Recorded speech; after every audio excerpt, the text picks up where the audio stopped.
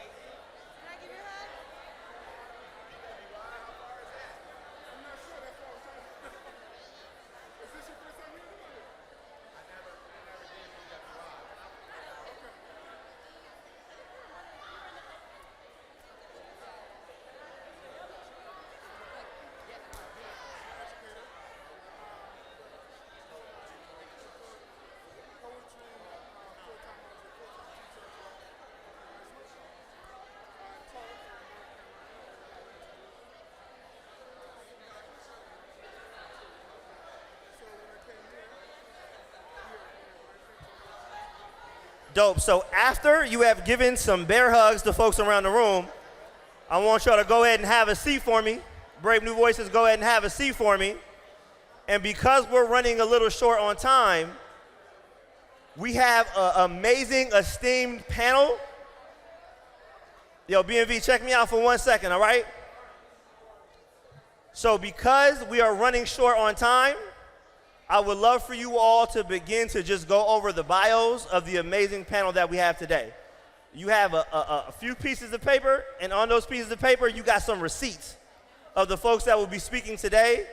Go ahead and do a little quick scan and rundown of the folks who are on the panel, because we're not going to have time for full-on introductions. Again, thank y'all so much.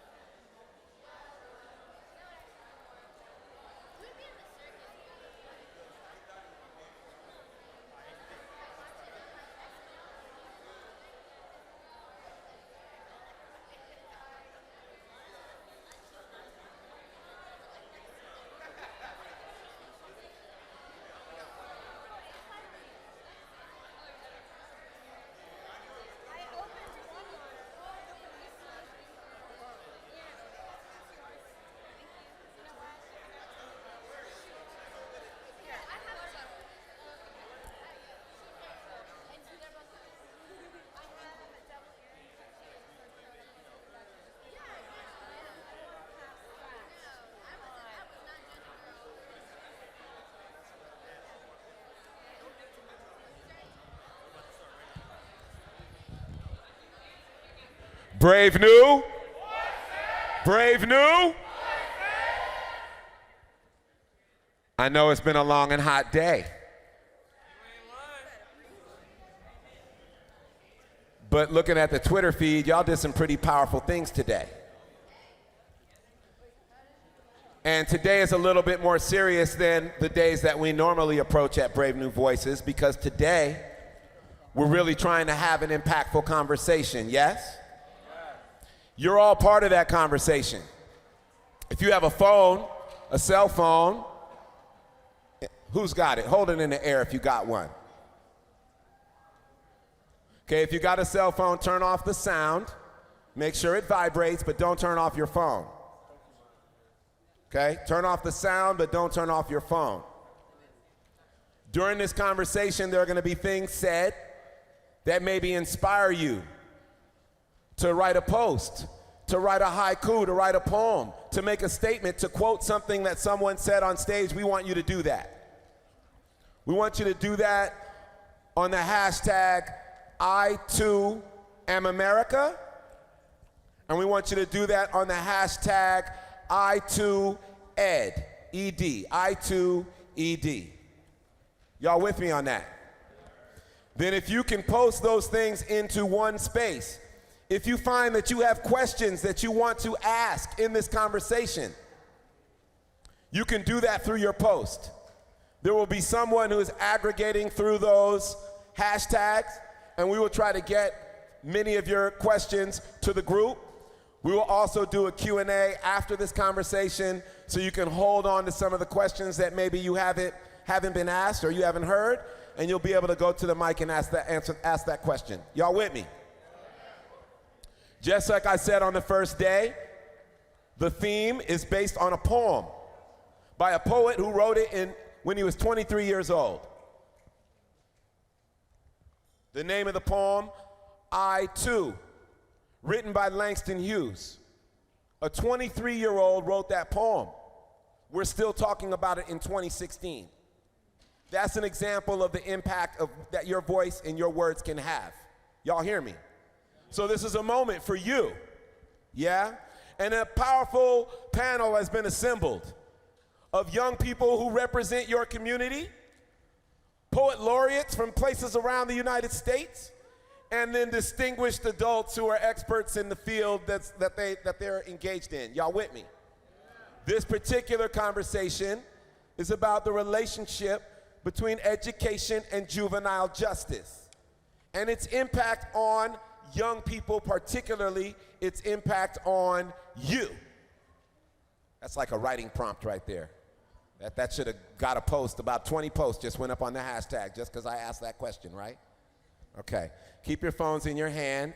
I want to welcome the moderator of this panel, someone who has been a staff member of Brave New Voices, has been a participant at BNV, has been a staff member at Youth Speaks. He now works as an arts administrator. This brother's name is Brandon Santiago. Give it up for him, please. Thank you, BNV. I want to reiterate, today is not about me or any adults in the room. Today is about you all. Today's conversation is grounded and anchored in student voice. So I'm going to stop talking in a second, and I'm going to do what I'm really excited about doing. I think everybody's excited about doing this at Brave New Voices. I'm going to introduce some poets. Y'all all right with that? Yeah.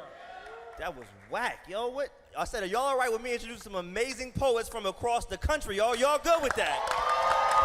Oh, they just woke up. Awesome. All right, first off, a future court member coming from Tampa, Florida. Tampa in the building, obviously. Please clap it up for the one and only 20 years old, Jessica Allen. Make some noise for Jessica Allen. Thank you so much.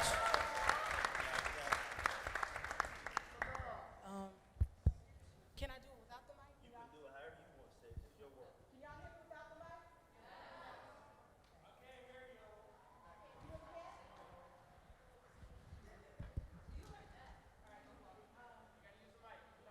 Does she want the stand? Can I? Yeah.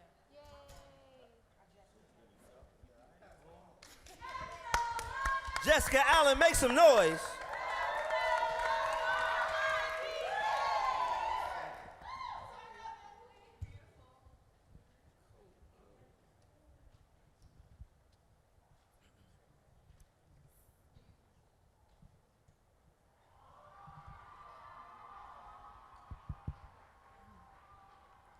Georgie, Porgy, pigment pie, took your life, made mommy cry. Death by the hands of the piggies in the blue age. Don't beat skin, that's why they persecute you. Don't run too far, black boy, make great catch. This be American pie from the burnt batch. How do you place a child in a chair that doesn't rock? In a swing set that doesn't budge? In a high chair with high voltage, are you buckling the child in for his safety? Why did his seatbelt resemble restraints? Is it too late for him to pray? Can he tell his mother goodbye? Are allegations enough for a nation to impatiently place a 14-year-old child in the hands of the reaper, then complacently treat the case as a result of crime and punishment instead of the systematic and unethical murder of an adolescent? A mother's world can end in 24 hours. Apparently, 84 days is sufficient time to acquire a killer and his motives. When he did it, what he used, how he did it strategically. Misconstrued words are enough to serve as valid proof. Base the case off facts. Facts are prejudice, preconceived presumptions. Desensitization can prepare a population to accept the annihilation of a nigga in pre-K.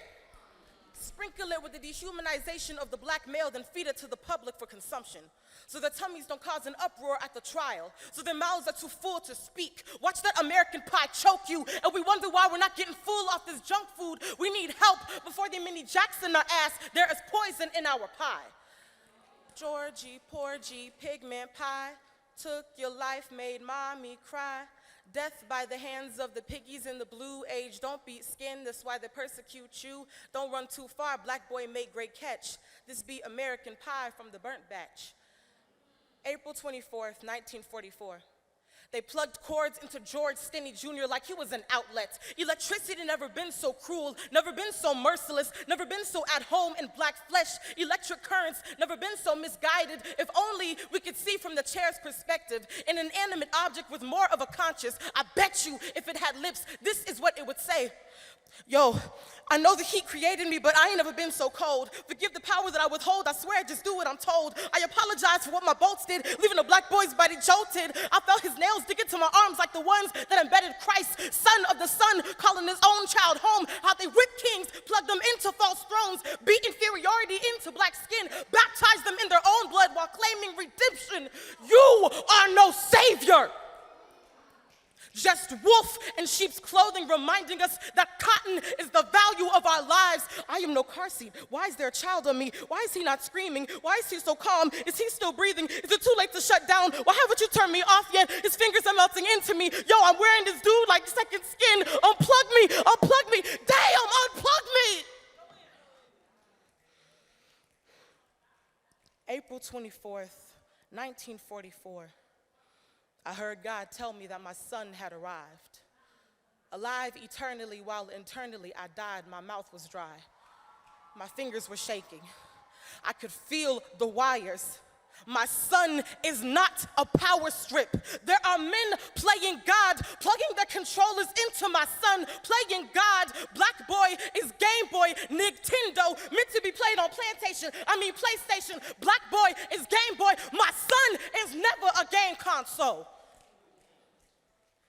George Stinney Jr., the first child to be sentenced to death by electric chair. This is our American history.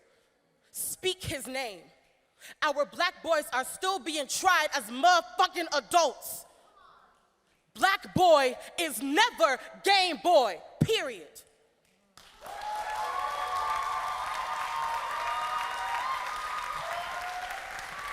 Keep it going for the poet, Jessica Allen from Tampa Bay, Florida. She said, my child was never a gaming console.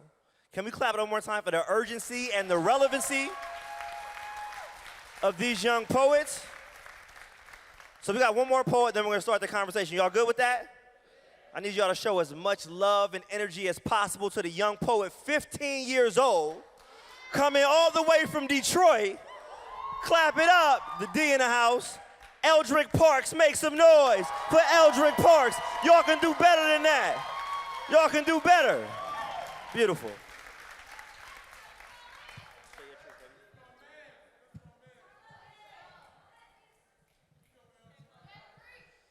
It's quite cold in here.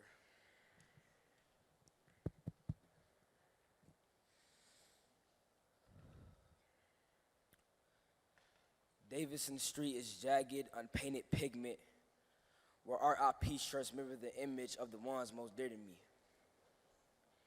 We can't count the constant casualties conjured up by the hand once that conversation finds its way at the dinner table. Auntie didn't want to ask the question, but that thought lingered in her mind as much as the silence did in the living room. As my fork plays around my plate, as much as I do the topic, as much as I remember my cousin. I seen his blood seep through her fingers, the hope of his tomorrow between her fingernails as the steel bullet puppets his facial expressions into a grasp of agony, burgundy blood balanced into the ground. Ground bumpy as the thought behind the bullet that found a home in his abdomen. You know, niggas never learn their lessons. They still boast when they drop black bodies, and auntie hates to hear me say it. She's afraid I'm another casualty, another soon-to-be masterpiece from a dumb nigga painting my block full of black catastrophes. Me too, dear to the dumb who lollygag through the yesterday's tomorrow on a TV screen, once again giving their consent to be called just a nigga. Like dumb, becoming the tainted feeling of wrong down my esophagus when I rep my city more than I rep myself. Not me, as if I was born between the wrong two mentalities of those niggas and my loved ones. Loved ones like my niggas. Folded up dagger-like fingers and black and brown tattoos revealing their consequences like they opened up like a book. Plot twists all bundled up through every chapter. You see, I live where black lives, a cliche on accident. Like when accidents happen, help seems to show up late. Like when welfare paid, no food on the plate, and I think it's too late for my little cousin. That boy seen so much violence, he on bullet diet. Brain just like a sponge soaking up his brother's blood. Black skin smudged on the handle of that gun. While he reaching for revenge in that cycle once again. Grabs an adolescent by the neck and let him know his story's been told already. I saw his fate fixture in my soon-to-be history. No peace signs greeting me at these car streets. I keep on walking, getting exhausted on my neighborhood's precautions. I mean, you know, being a nigga with nigga dreams and nothing else but hope deeper in our pockets, which we can only find if we can manage to scoop the lint out of the way. Dumb, not being our mistakes, but what we were born into. Skin that told our future on TV, magazines, and court before we even knew it ourselves. It's hard to live and born to be dead. You see, when the weather gets cold, it freezes my bones, and when I talk, I find myself lisping my truth. Yes, my boys did it. My boys said it. My niggas, those niggas paint my future. They paint my fates, but never my face. I'm forever fixtured. I'm forever fiction. I'm forever distinguished as another constant casualty conjured up by another nigga. But I'm never me. I only exist between the teeth of those that think they know me.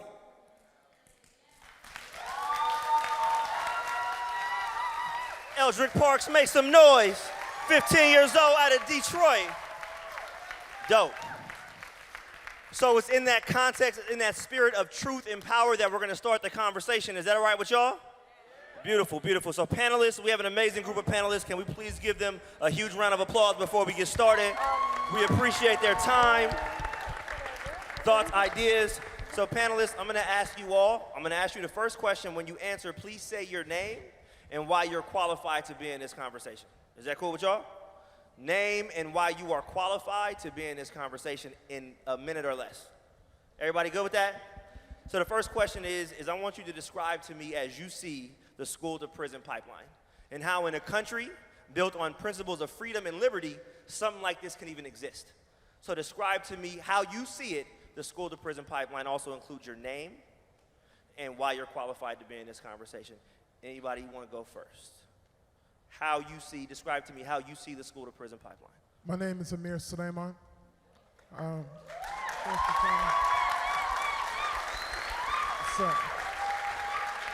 It's a pleasure and honor to be here with you. As you know, I'm a poet. That's what I do. And the reason I'm qualified here is just because you've invited me to be here, and I love you. The school to prison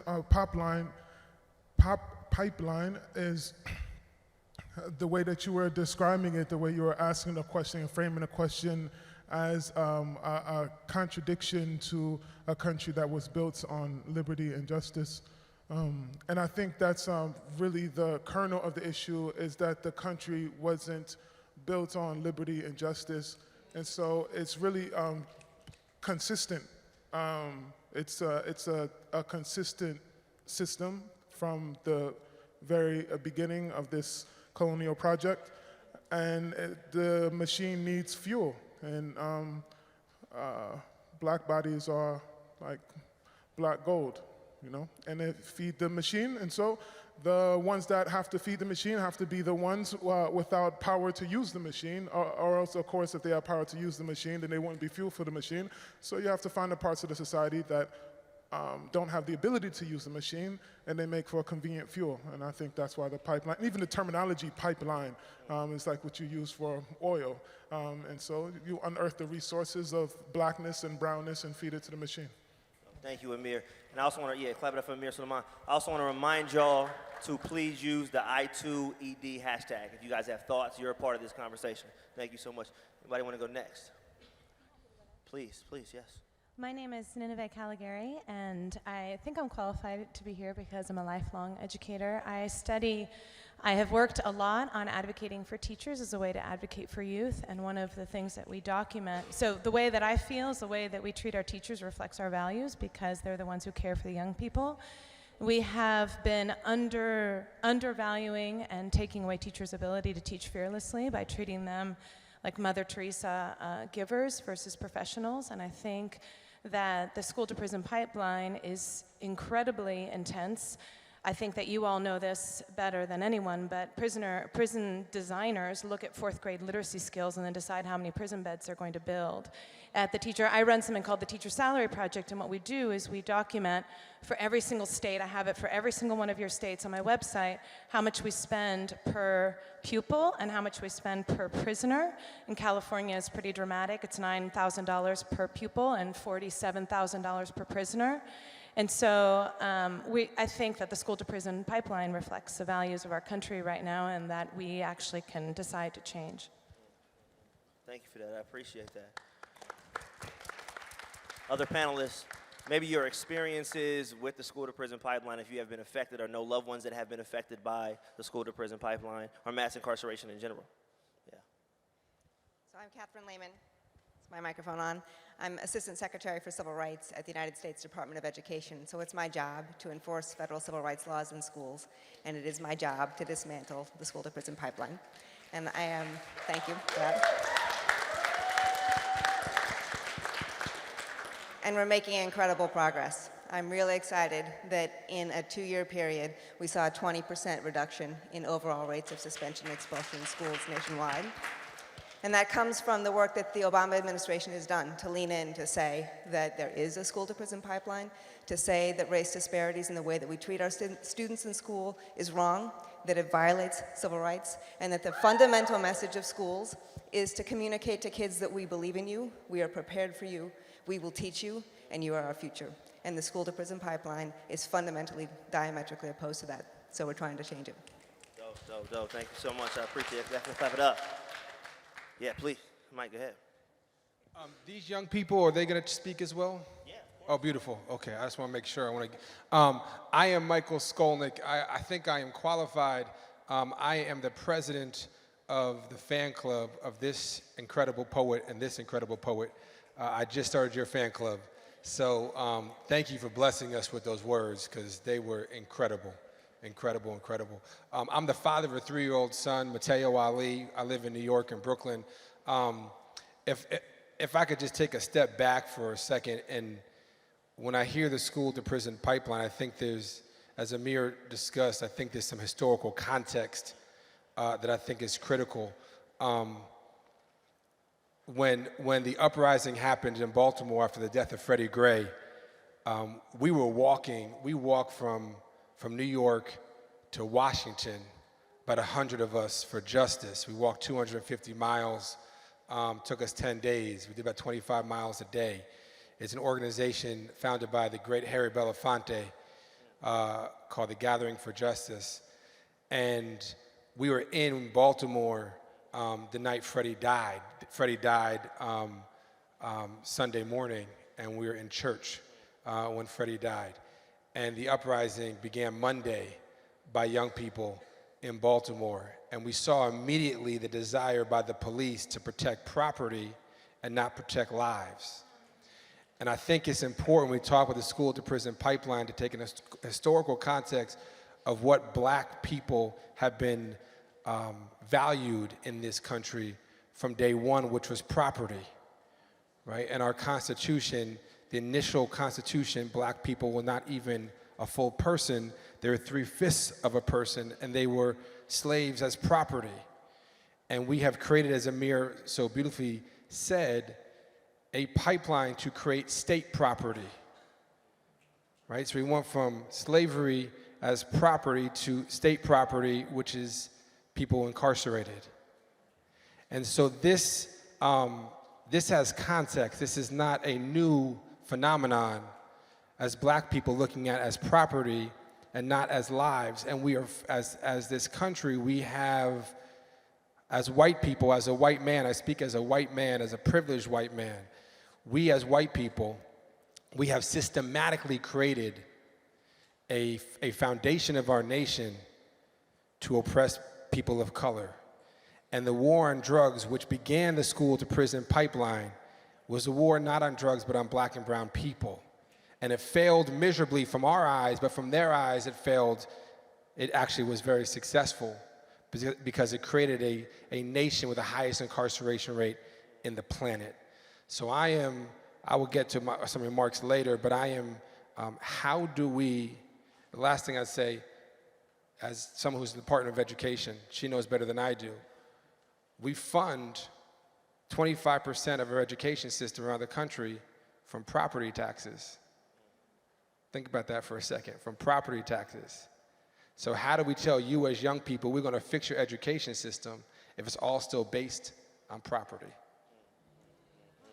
Thank you, Micah. I appreciate that. Okay, we'll get a couple of more to answer this question, and I want to hear from the young. So go ahead, sis. Absolutely. I'll raise my hand like a student. No, you good. It's a conversation. Hi, my name is Soledad Alfaro.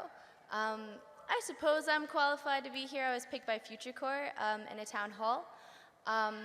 The school-to-prison pipeline, what it represents to me is the audacious concept that capitalism actually is. When you create a system that is built off of death, that is built off of imprisonment, it is almost always systematically, one, unsustainable, of course, right? Because if you're not educating your youth, and you're not putting them through school, right? There are only so many white kids that you can put through school easily and only so many kids who are going to good schools. If most of them are going to jail, you're going to become an empire. It's going to be Rome all over again, and you will collapse because you will have no new leaders. Hashtag 2016 election. And along with that, when you're thinking about the people who are involved in the school-to-prison pipeline. So I'm representing Philadelphia. In Philadelphia, we have a standardized tests, and as many of you know, standardized tests are implemented in schools, and most of them appeal to students who are non-POC. They're easier for them to take, and especially black students have a hard time taking standardized tests. And in the 3rd grade, if you are not up to par on these tests, that's how the state of Pennsylvania, the government, decides how many prisons they will build. And some of these prisons are public institutions and some of them are private institutions. So whenever you take a future and you decide to end it at 9 and 10, that's very counterproductive. So that's my opinion on it. Thank you.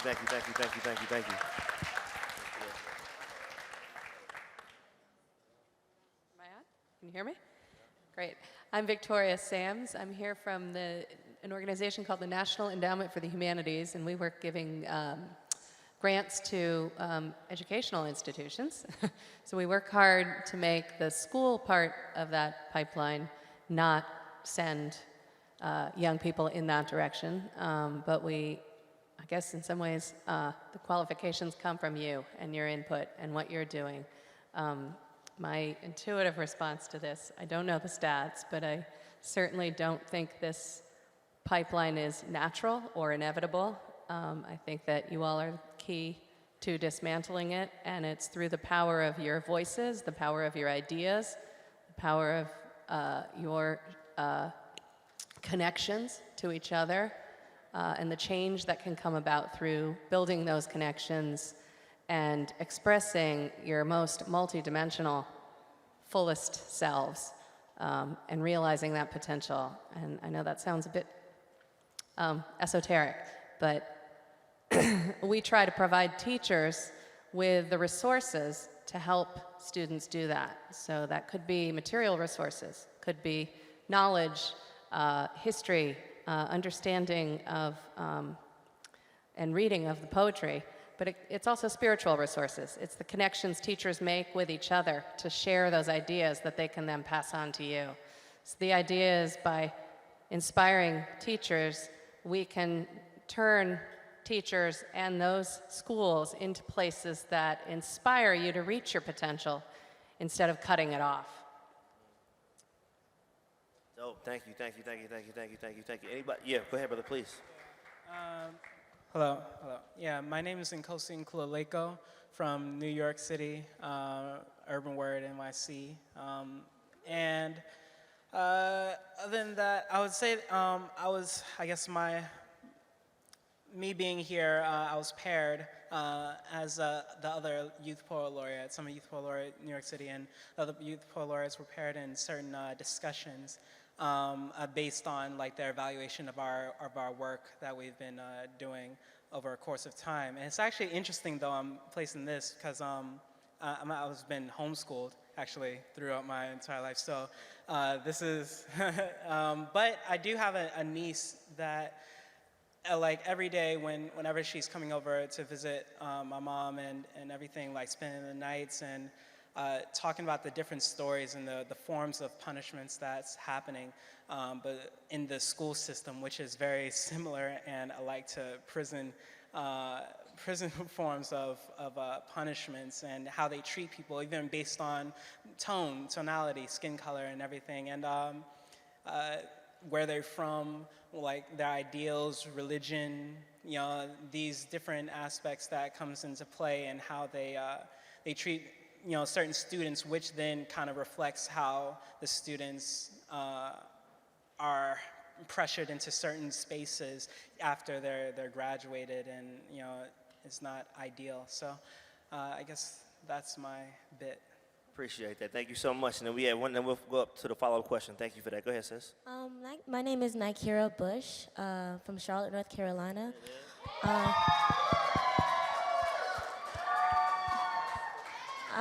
And I guess I'd say I'm qualified to be a peer because, you know, I spent 19 years of my life in the American education system, so I feel like I, you know, got some experience by now. I guess for me, going back to what Amir said on the school-to-prison pipeline is more like fuel for a machine because, you know, it's just a revamped version of slavery, basically. Because when you look like even at the 3/5 compromise, in which they were counted for votes, non-voting slaves were counted for votes. Today, most people who are incarcerated come from city areas, and prisons are normally in rural areas. So they take these people and arrest them, you know, stop and frisk or other ways to get them, you know, like a war on drugs, to get them into those prisons. Felons cannot vote, obviously, you know, we know this, and so they're actually counted for votes. Prisoners can be counted for votes in those rural areas for people who make the same policies that get them in prison. So it's just a revamped version of the 3/5 compromise. And then you, like, you know, add in the prison industrial complex. It's fuel for a machine. I know they were saying that there are a lot more in-source jobs to prisons. They in-source more to prisons than they do outsourcing to outside of the country because it's cheaper. And, you know, I was reading that one of the best paying jobs in prison is sewing American flags. And so, but, you know, you have this thing where you need to fuel this machine, and that's what my opinion is on that. Wow, thank you, sis. Appreciate that. So I'm curious, please, yes, absolutely. Okay, my name is Hawa Rahman. I'm here as a Detroit Youth Poet Laureate. Detroit. I definitely think I'm qualified for this conversation because I just graduated from a disgusting public school district called Detroit Public Schools. Yeah. Seriously. Does anybody know what happened in Flint, Michigan? The water crisis, that terrible incident.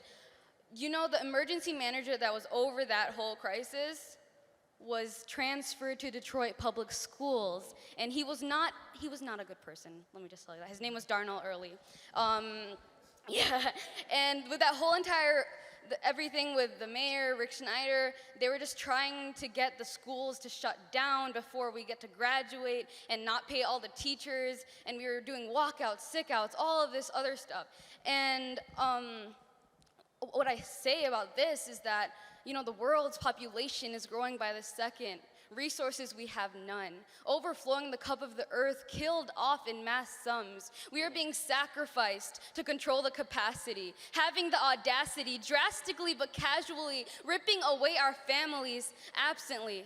Flooding out my city with the blasphemy of their lies, getting more of that gold when another one dies. Rich Rick doesn't click on the pick of those guys who Mr. Early promised he'd give real supplies. They're dead and gone. We all know why. Our existence isn't worth the struggles in their perfect lives. Mic drop. Wow.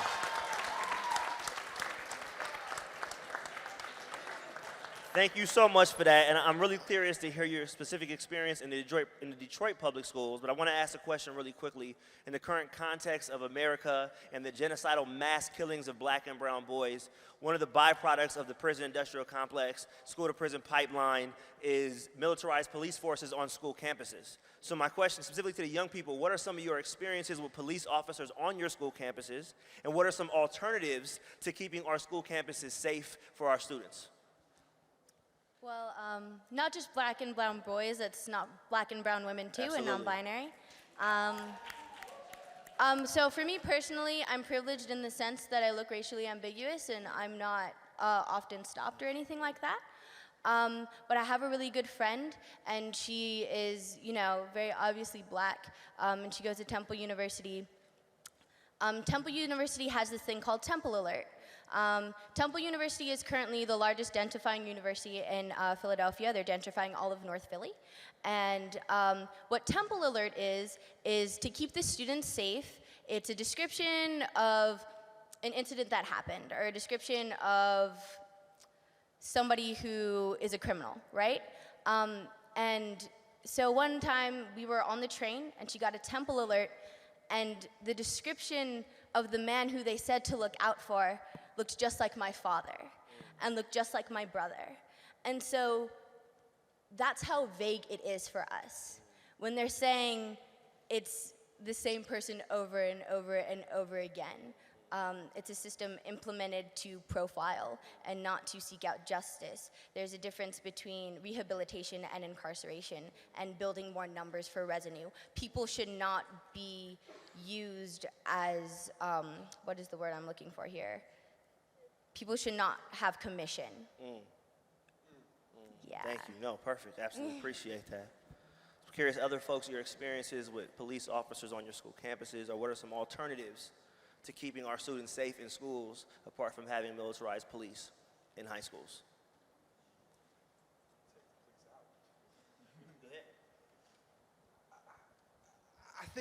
I mean, John Lewis was 23 years old when he gave his speech, before King gave his speech on the March on Washington. Diane Nash was 19, right? The folks in this room have better answers, certainly I think, than I do. And so I'm inspired by young people and their solutions, and I think what's happening now in this country, and young folks are telling us this loudly, right? When you hear these beautiful words of these poets, right?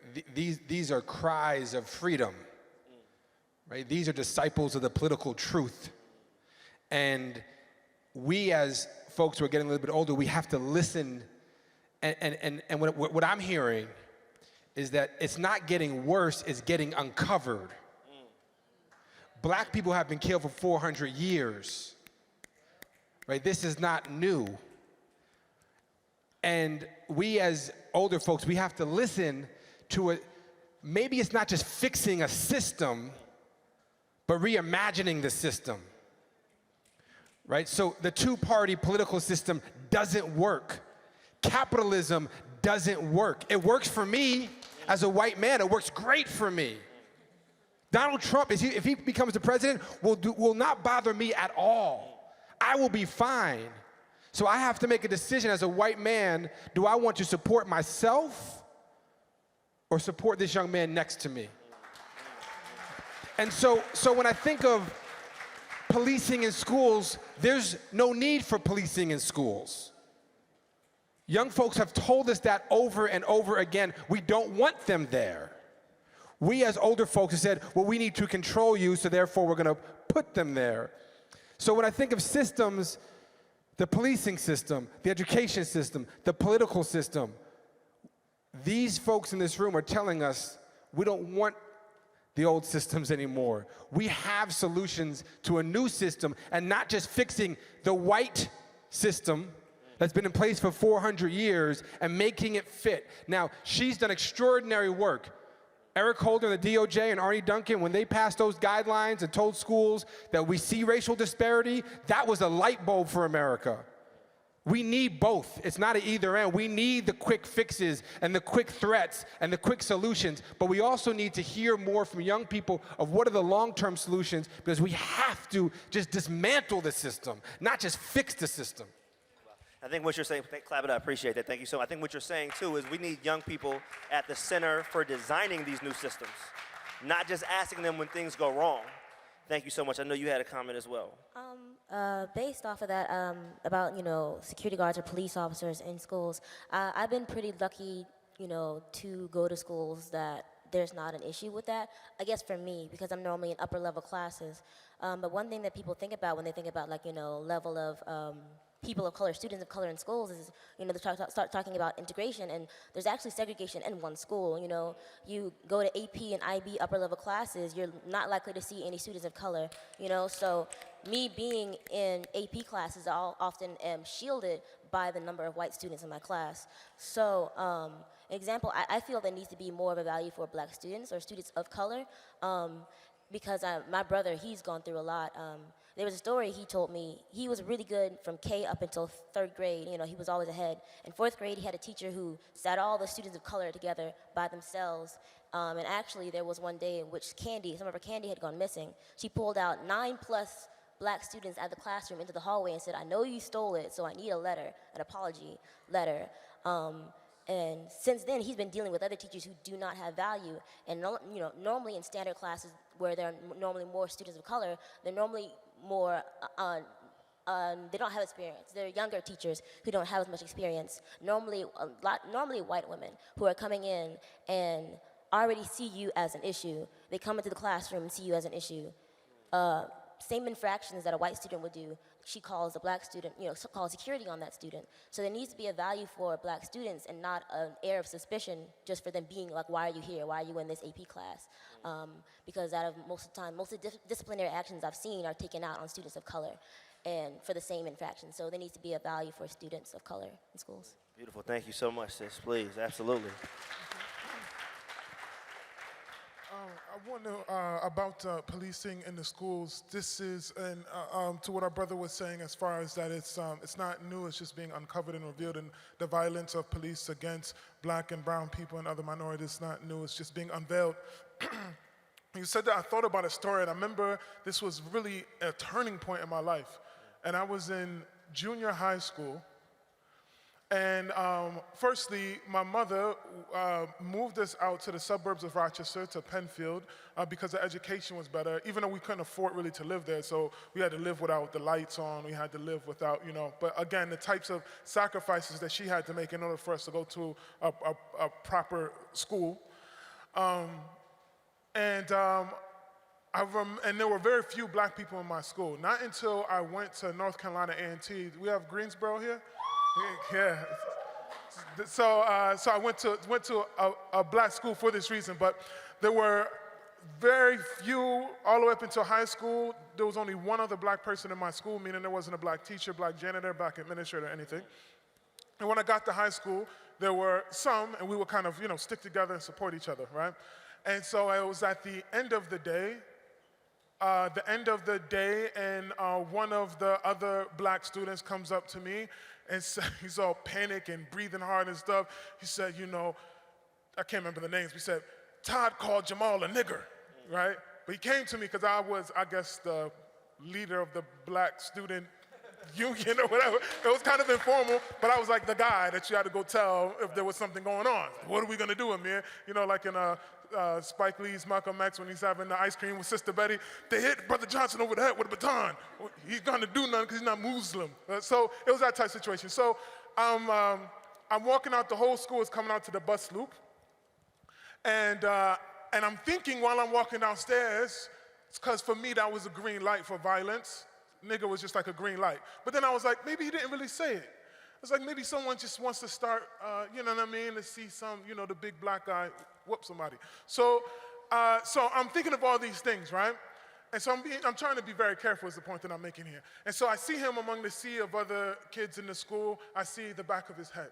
And I come up near him, and I say, you know you can't go around saying things like that, right? Just to see how he would react. And he stops. And then he keeps walking, right? But I'm still not convinced. So I come around and I come in front of him, and I say, you know what I'm talking about, right? And he looks at me, he averts his eyes, he tries to walk around me. So I'm just moving in front of him again, right? So I move in front of him, and then a security guard hits me so hard, like wraps me up so hard, everything went white. They brought me into the office, they called the police, they charged me with intimidation, they suspended me. And I'm talking to the assistant principal, and I'm saying, I didn't hit him, I didn't threaten to hit him, I didn't accuse him. I'm thinking I'm using really good skills for a 10-year-old, you know what I'm saying? I had a conflict resolution, you know what I'm saying? I would think maybe, you know what I'm saying, I should get a ribbon or a gold star or something, you know what I'm saying? But I remember she laughed. It's a trip because she looked like Hillary Clinton. But she laughed, I remember. I remember she laughed out loud to my argument saying I didn't do anything wrong. And her laughter and her response to me was like, and I learned this from this day forward, I never forgot. It was to say, you are not allowed to make me feel uncomfortable. Your black body has to remain in a place that makes us feel comfortable. It doesn't matter what you actually do, it's about how I feel. So the police come to the school, I'm suspended and everything. I remember that day, I was like, oh, I'm a black man, and this is how, I'm a black male, because I was a boy, I'm in junior high school. But so this ties into the issue of the policing, is that it is this feeling, and in the shootings as well, some of it is a hatred, more of it is a fear. More of it is that the black body is so intimidating. And then from that day forward, I gave them hell. I was the blackest. I was like Huey in Boondocks. I was that kid. Thank you, Brother Sleep. Please, yes, sir. Thank you for that. I appreciate that, man. Just going back to what you were saying, going back to my school and the way that they police certain students, I've noticed that not just black students or students of color need to be valued, but teachers of color, because at my school there often are not a lot of teachers that can represent students. And then even in that, I had a French teacher who was, he was an immigrant from Togo, and he taught my French class, and some of the black and white students would act up in the class, but he only felt safe sending the black students out. He felt threatened, his job was gonna be threatened if he sent out these rich, upper class white kids, because their parents are the ones that were, giving money to the school. So he often, didn't feel like he could do that. And also just looking at the way they police certain students. I remember when I was like in 7th grade, I had a friend brought 3 hunting knives to school, about that long. Got like, I think, like a little talking to. And then for field day, I brought like a water balloon slingshot. And they like pulled me out of class, and they were like, "You cannot do this." Like, it was like plastic. And I never even realize that how messed up that was. Like, I got older, and this girl had 3 hunting knives at school for a whole week, and got like a talking to. So like just the fact that some of those security guards or teachers don't feel like they can adequately punish the students who need to be punished, because they feel like, okay, well, I need to send certain people out. I need to get into class. Okay, how about I send this black student out? So that's one thing that I've noticed in schools. Thank you for that. So, please. Yeah, and I think also the acknowledgement of like how disgustingly handicapped good educators are. With the closing of schools, you're seeing the increase of police within school systems because you have more kids in the same schools. So in most big cities, different neighborhoods have different gang rivalries. In Philadelphia, the same is true. They closed Germantown High, which is one neighborhood, and so the kids from Germantown High are now going to Martin Luther King, which is in Olney. There are rival gang lines. So there's an increase in violence that is a production of need to survive, right? And then you have teachers who are in these classrooms with a 40-to-1 ratio and have no way to properly talk to the students and have no way to properly educate them. And then you have a consistent aggressive violence of you're wrong, you're wrong, you're wrong, and we don't want you here, period, and an increase of police. And my issue with that is how are we not giving our educators funding? How are we not making the classes smaller, but we are increasing the police force within our schools? Wow. Thank you for that. Yeah, please. So these stories are all really devastating, and I do want to make sure that we don't walk away from this conversation without hearing the kinds of forward progress that we are making in the country. My office has closed more than 4,000 investigations related to school discipline in the life of this administration alone. We are aggressively working on trying to address this issue. We do see very much the kinds of stories that you're talking about in our investigations, and when we find that, we find a violation of the law. And we do require that schools change their relationship to school police, that they change their relationship to school discipline, that they bring in training, and we see really terrific changes. So just to tell you a few examples, we entered into a resolution agreement a few years ago with the Oakland Unified School District. And one of the components of that agreement was that they would provide supports to students who were returning to the school system from the criminal justice system. 350 youth had social workers who were working with them as they come back to school to make sure that they understood which classes to take, that they had supports for successful choices in school. And in the first year that they had those social workers working with the youth, 76% of those youth did not recidivate. So we have really concrete proof principles, right? That if we support our kids will succeed in school. We also entered into a resolution agreement with the Tupelo School District in Mississippi just a few years ago. And in the first year after we entered that resolution agreement, they saw a 9% reduction in the rate of student suspensions. And the teachers are reporting the students owning their behavior in class, greater success in school. We're really thrilled about the kinds of changes that we can see when we have positive discipline rates in school, when we're really supporting our kids. So the kinds of stories that you're talking about, we do see still persisting. We do see kids being treated exactly the ways that you're describing, and we're there for them. We're standing for them. If kids will trust us and come to us with those stories, we will be there for them to try to change those practices. Thank you for that. Appreciate that. Anybody else want to answer the question of what are alternatives besides having police on our high school campuses to create a safe space?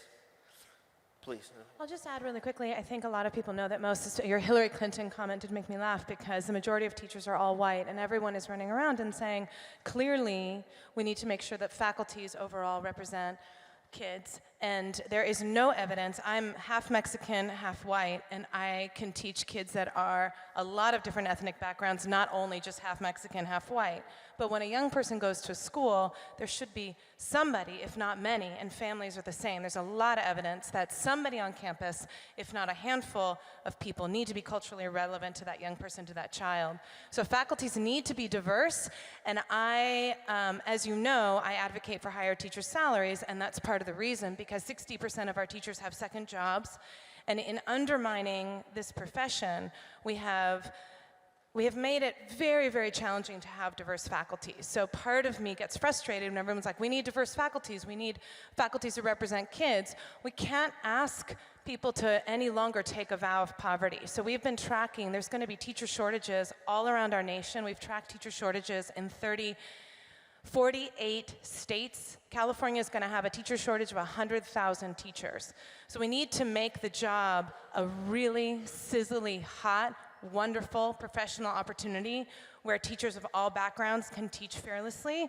Otherwise, we're going to continue having the same stagnant, monocultural teacher dynamic, teacher shortages, and it's going to continue to be painful. Please, go ahead. Yeah. Yeah, and I think also we need to diminish this idea of capitalism within every single thing we do. There is such a push for every single kid to go to college, and such a shaming of kids who do not go to college. Not everybody has to go to college. College isn't for everyone, and I think there needs to be systems implemented that allow people to choose a different path, that allow young people to say, I would like to go to trade school, or that allow young people to say, I would like to just write, or, and not saying like cut the core curriculum, not saying that at all, just saying that we're making sure that we're not trying to funnel kids into college that they can't afford, that they end up dropping out of, and that they have no resources in, and especially for black kids, going to a PWI, like, and you're from like whatever 22nd and Diamond in North Philly, like you have nothing, you're the first kid to go to college, like, and you're the only person who looks like you, who sounds like you, and people are, that's a different thing. But like, in order like to diminish a system in which kids need to feel comfortable, they need to be proud, and they need to not feel ashamed. And black kids are so conditioned to feel shame from the moment that we walk into any facility that we're in, whether it's predominantly white, whether it's predominantly black, like ran by white people, that's what we're conditioned to see. I appreciate it. I think that's a great point, and I actually want to open that up to the rest of the panel. Is college still the best pathway to success for students? And if it's not, what are some of the alternatives? Well, I guess in my views, there are definitely a lot of alternatives. I actually don't go to college, but there is definitely a kind of barrier that you face in certain institutions or certain places that you try to implement your art, your craft, or your skills, whatever it may be, and how they prefer certain people with certain degrees, certain letters behind their names, as opposed to other people who have the same or even like higher, skills. And I just feel like that, I don't know, I guess during these past couple weeks, through certain events, it's kind of difficult to have like faith in many different systems that we are like using our tax dollars or that we're supposedly voting for. And in terms of like, let's say dismantling the system, I feel like definitely we can just totally destruct it by, in terms of like just not going to their colleges at all. None of us going to colleges, none go to schools. We're trying to fund our own schools or our own community-based like institutions that we can like harvest on our own. And I mean, that can be also very difficult in certain times, but I feel like that's a definite thought that we can start to feel like implanting.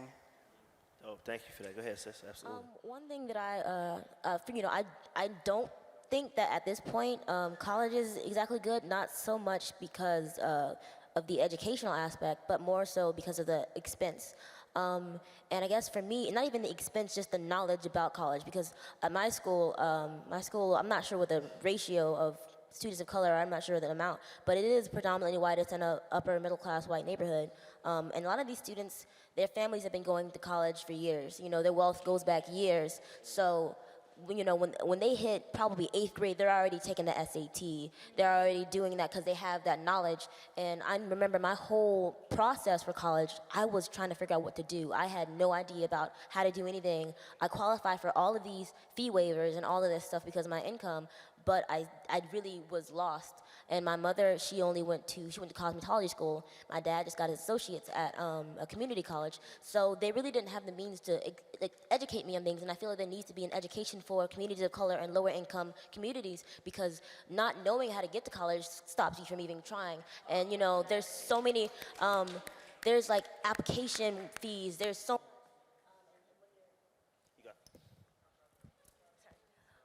when you are trying to find a way out. I know for me, I do come from a lower income household in which not a lot of people have gone to college, and it gets very stressful when you're dealing with school and trying to get your college stuff together, and you don't even know what you're supposed to do to get into college. So that's already a gap, and I feel that there needs to be an education about not even just college, but as you were saying, some sort of resources for people who don't know what to do next. So.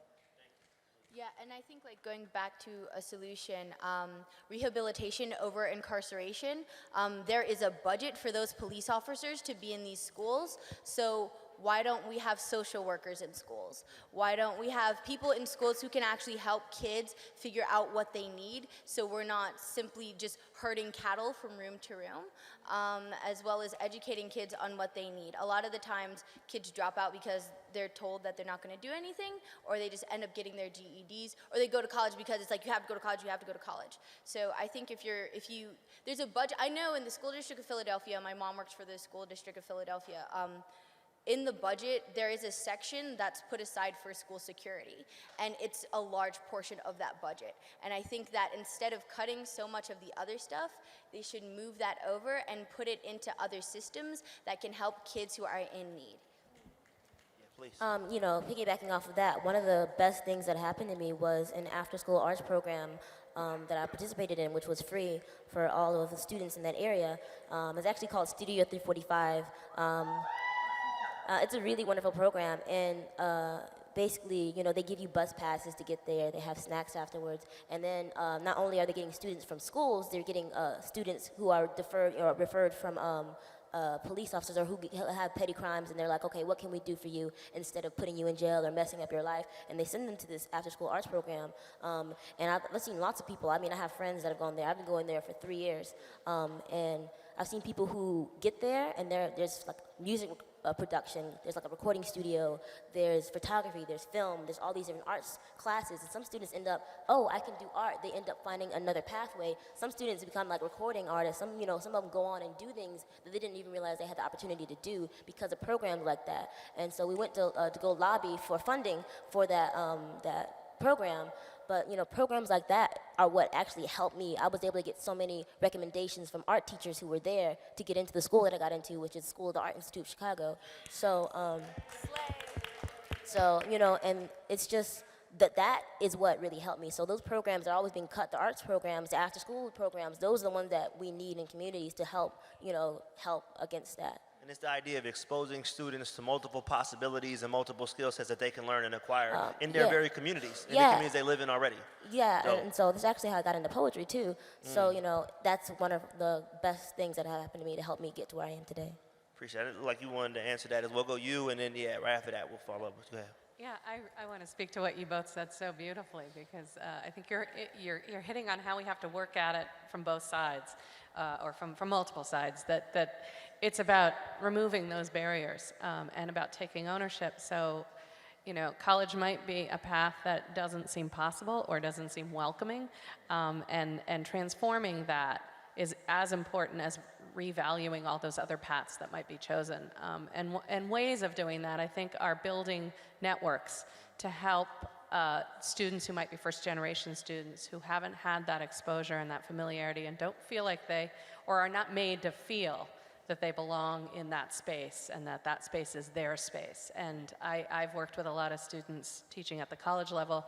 I worked a lot with Posse Foundation students who came in, and they had each other. And I think the philosophy behind it was that if you have a cohort and you have people who you can turn to for that kind of advice and the kind of knowing the codes that seems in some ways very mystifying, you can start to reshape those institutions from within and also change them and make them work for you. And that's ultimately, I think, would make those institutions better to the degree that we can work with those institutions. I think we need to really change the way college works and is envisioned, and I think that the involvement, the voices of all of you, your generation, you can change the way that we're moving in college. I think the teacher salary project that Nineveh's mentioning, there's a college level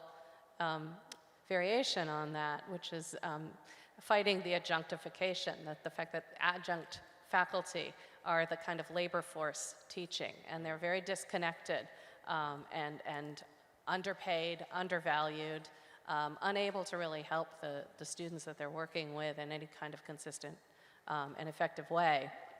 And that's the sort of path that higher education seems to be going down. Right. And I think there's a way in which we can reshape that. Right. And how would he create a space for young people to be at the table designing those solutions? So I'm gonna let you finish up, and then we're gonna go on to a couple of more poems.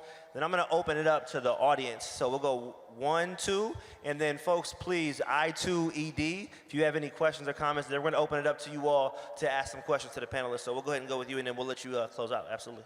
No problem. So last school year, I had the privilege of having older siblings that already went through this whole process of going through this disgusting school district, and they gave me advice like on ways to go back and apply for this scholarship and that scholarship. But I realized that there are other people that don't have older siblings like that. Like, who in here is like a graduate from any high school from here? Yeah. And who in here is in high school but doesn't have anyone who is a graduate from high school? Wow, yeah. So if you don't have that kind of person who can tell you how to work it out, how to get through it, how to apply for what you need to apply to, I think that is what can help you if you have that kind of person. So if people who graduate, and maybe if they don't have a younger sibling who is also going through a terrible school district, maybe they can give back and go back into their schools and help people out who are trying to get through it, you know? I think that would be a really Powerful. Thank you for that. Absolutely. And we'll go ahead and close this part of the conversation off with you, Kat. So I just want to make sure that we make sure that when students are making choices about whether to go to college or not, that's your choice. Don't let somebody say to you that college is not for you. Don't let somebody say to you that this is what your future is. You decide what your future is. And what I've seen already today among all of you is that you're poets, that you have a beautiful life of the mind, that you're unbelievably kind and caring with each other. You've created a community here. You have the bravery to come together to a new place where you don't know people, to try something new, to share your voices. That's what college is. And it's a space to be able to share your mind, to live the life of the mind, to grow with other people, and to create lifelong relationships so that you are better sustained, better able to go and live the future that you want. All of you deserve that. All of you should fight for that, and we should be a country that is ready for you with it. Dope. Thank you so much. Can we clap it up for the panelists thus far, giving us a lot to chew on? Super appreciate it. I want you to give a high five to the person on your left and your right real quick. Go ahead and give somebody a high five to the person on your left and your right.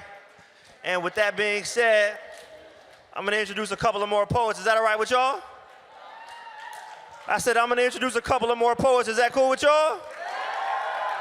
All right, 16 years old, coming from Seattle. Please clap it up for Carolyn Newhouse. Make some noise.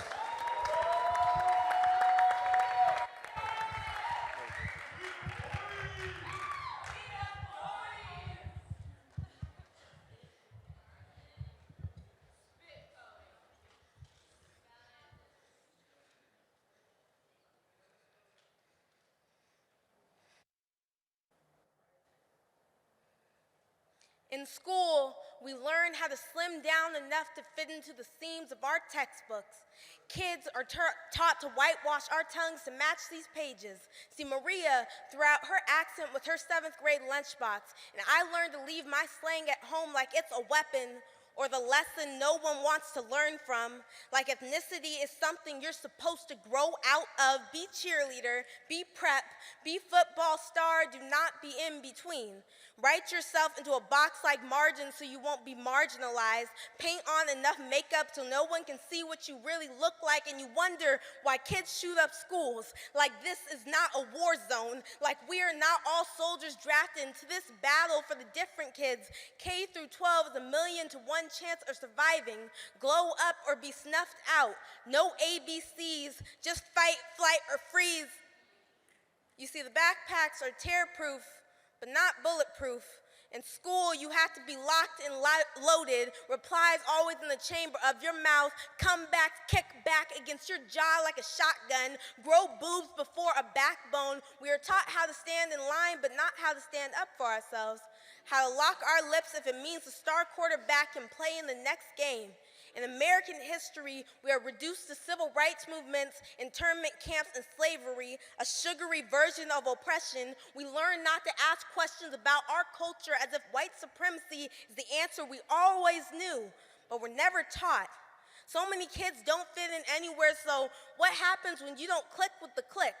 We learn to assimilate before we learn to spell it. Our problems were always multiplied when you divided us from our identities. In world history, I learned how to read a compass but still couldn't locate my confidence. It's hard to focus on negative ions when there's so much negativity. Hard to read books written by people that don't look anything like you. Hard to learn in history class when they teach you fractions by only publishing segments of your struggle. In 2 years, I will have my diploma, and I will have learned so much. I just can't help but wonder, how much will I lose in the process?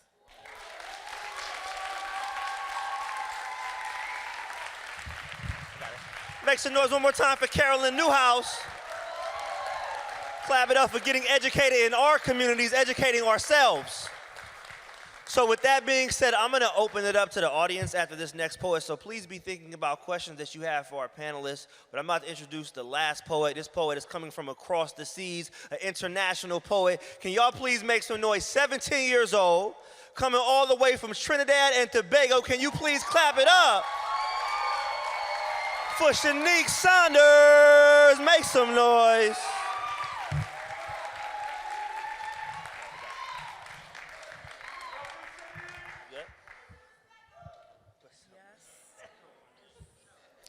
Okay, so I'm losing my voice, so please bear with me.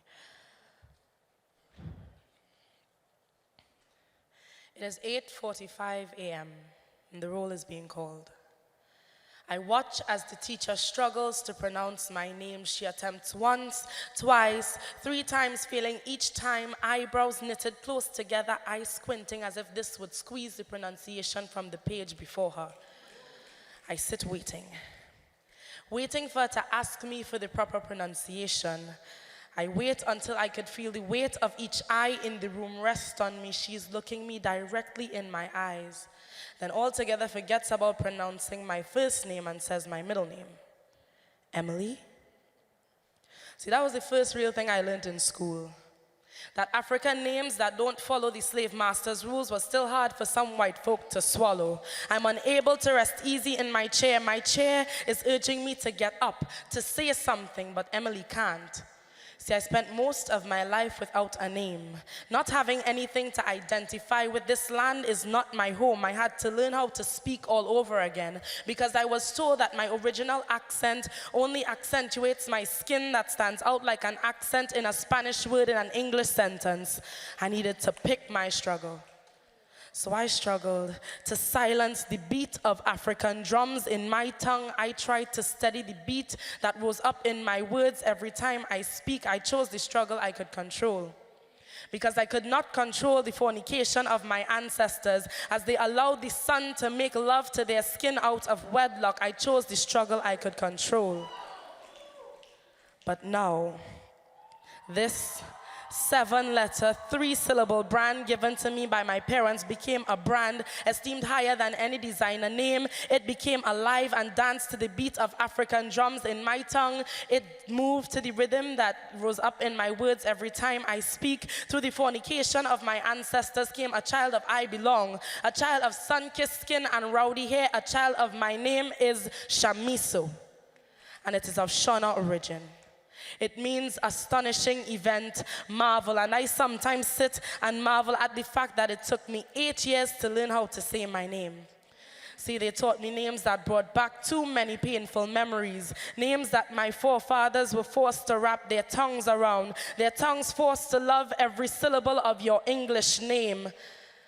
See, I'm sorry, Mr. Wordsworth, but I cannot relate to sonnet composed upon Westminster Bridge. Since slaves did not have the chance to take long leisurely walks on Westminster Bridge, they were too busy working. See, this is why I was given my name. My name is my shield, my voice a two-edged sword. We need to learn how to say our names that are written in blood on the hands of many white men. How does it feel to wrap your tongue around a strange language, to force your American tongue to love every syllable of my African name? It is 8:45 a.m. and the roll is being called. The teacher looks at me. Shamiso? See, I taught my teacher something she did not learn in school. You either learn my name or choke on my roots. My name is Shamiso. Put some respect on that.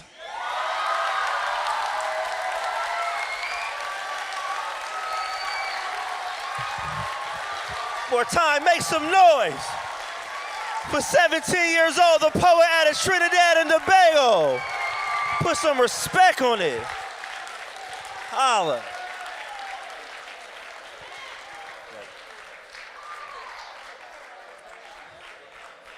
In that voice, in that spirit, in that context, I'm gonna open up the conversation to you all, and I'm gonna encourage you all, young people.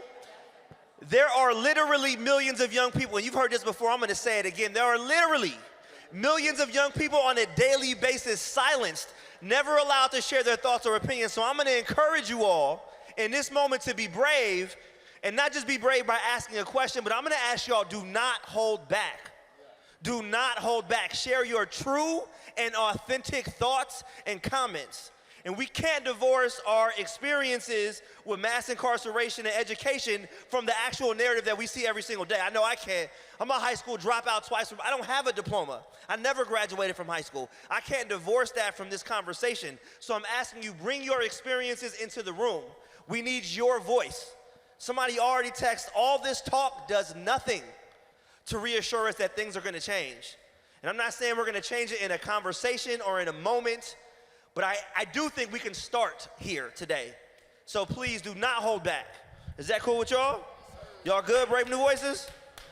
All right, so with that being said, the first question is an awesome question, if I do say so myself. And if you have a question that you didn't get a chance to tweet, go ahead and line up right where those microphones are at, or I can walk to you with my joint. I got 2 legs. All right, here we go. All this talk, so this person said, all this talk does not reassure us that the problems will be fixed. We need receipts and radical action. So the question is, how are you going to actively implement resources for Black and brown students in the public educational system? I'll open that up to the panel. How are you going to actively implement resources for Black and brown students in the public education at Quiet Prophecy? Okay, I'm gonna handle this. I'm gonna handle this. Quiet Prophecy P at. So go ahead, anybody, how are we gonna actively implement resources for Black and brown students? So we give federal funds to schools. So that's one way that we're actively resourcing schools. And the law that has been the law now for more than 50 years is that schools cannot use federal funds to discriminate, period. I am as aggressive as it is possible to enforce that law, to make sure that our students, all students, will have equal access to opportunity in schools regardless of who they are, based on the school-to-prison pipeline, based on English language learner status, based on access to high-rigor courses within school and across schools, based on access to equal resources in schools. We are aggressive about making sure that those dollars are spent for our kids.